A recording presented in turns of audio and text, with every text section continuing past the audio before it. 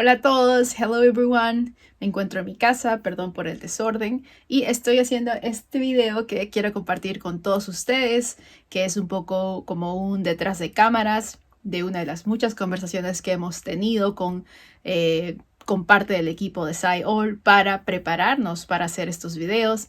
En especial, este es uno donde Mike nos habla y nos pide que mostremos nuestro lado humano cuando nos ponemos frente a la cámara y que no solo nos centremos en la ciencia.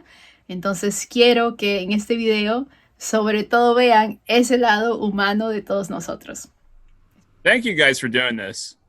I know that everyone has Zoom fatigue, myself included. I'm actually going to record this meeting, actually, so I'm going to record it. Okay. We don't have to use this for anything. It already says it's recording. So, next bit. This is really important.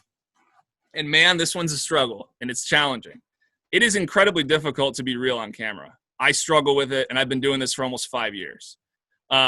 You should all be struggling with it, or you're an anomaly, and I envy you tremendously.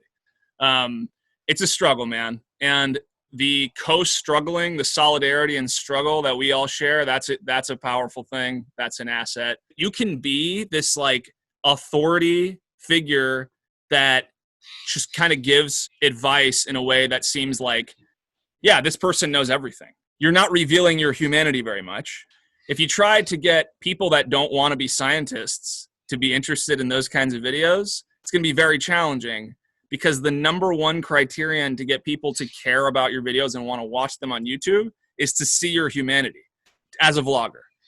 And the most effective way to be human on video as a vlogger is to be okay with mistakes, be okay with imperfection, be okay with stumbling over your words. And the most effective way to be human on video as a vlogger is to be okay with mistakes, be okay with imperfection, be okay with stumbling over your words. Including that kind of stuff is gold. And it's counterintuitive, because you don't want to, you want to be perfect. Like we all want to, we're scientists. Like we're used to being very prepared when we speak and having everything kind of figured out beforehand. And that's kind of the opposite of what we want for a lot of our content. Okay, so I'm going to look at these chats because I just keep seeing chats showing up. They're not very informative. No, I actually was not joking when I said 1 drink minimum. So I didn't see that. That's good.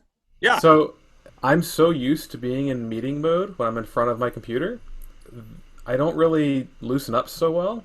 I really think that 2 things are really important. One, be in a comfortable place, and don't do it on a work night. Do it on a weekend when you're already more chill. Because I know for me, I've done a lot of this stuff in the evenings during the week. And I know I come out a lot more robotic when I do it after a work day. And so the way I talk to a camera is going to be a lot more okay, I am Alex. I am a physicist. There's not really a lot of fun Alex in that mode, because fun Alex is buried deep down Monday through Friday. The other thing I struggled with is that I was preparing for these things like I would prepare for a talk.